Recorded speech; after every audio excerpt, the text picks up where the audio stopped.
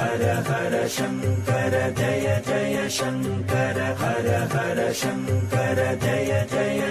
பொதுவாக ஒரு மனிதன் சராசரி 8 மணி நேரம் தூங்க வேண்டியது அவசியமாகும்.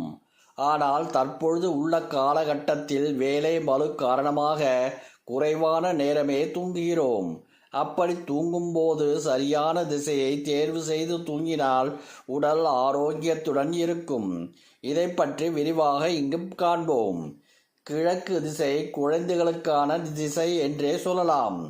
உங்கள் வீட்டில் குழந்தைகள் இருந்தால் அவர்களை கிழக்கு திசை நோக்கி தலை வைத்து படுக்க சொல்ல வேண்டும். அப்போது அவர்களின் மூளை சுறுசுறுப்பாக செயல்படும். அவர்களின் நினைவாற்றல் நாளுக்கு நாள் அதிகரிப்பதை கண்கூடாக காணலாம். இது குழந்தைகளுக்கு மட்டுமில்லாமல் புதிதாக வேலையில் சேர்ந்தவர்கள், கணக்கு சம்பந்தமான தொழிலில் ஈடுபடுபவர்கள் இந்த கிழக்கு திசையை நோக்கி தலை வைத்து படுப்பது நல்லது. தெற்கு திசை நமக்கு அதிர்ஷ்டத்தை தேடி தரக்கூடிய திசையாகும்.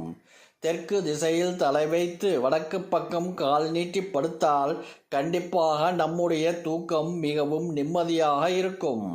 மனக்குழப்பம், மன இறுக்கத்துடன் இருந்தாலும் தெற்கு திசையை தேர்வு செய்து படுக்கும்போது நல்ல மாற்றத்தை காண முடியும். தெற்கு திசையில் தலை வைத்து படுக்கும்போது நம் ஆரோக்கியம் சிறப்பாக இருக்கும். தெற்கு திசை ஆயுளை அதிகரிக்கும் திசை என்று சொல்லலாம். மேற்கு திசையில் தலை வைத்து படுக்கும்போது நல்ல பேர் மற்றும் புகழ் கிடைக்கும் என்று சாஸ்திரம் சொல்லப்படுகிறது. வடக்கு திசையில் தலை வைத்து தூங்கக்கூடாது என்று பெரியவர்கள் கூறி கேட்டிருப்போம். இதற்கு புராண காரணம் மற்றும் அறிவியல் காரணம் உண்டு. புராண காரணம், ஒரு முறை சிவபெருமான் பார்வதி தேவியை பார்க்க வரும்போது விநாயகர் அவரை உள்ளே அனுமதிக்க மாட்டார். இதனால் கோபம் அடைந்த சிவபெருமான் விநாயகர் தலையை துண்டித்து விடுகிறார்.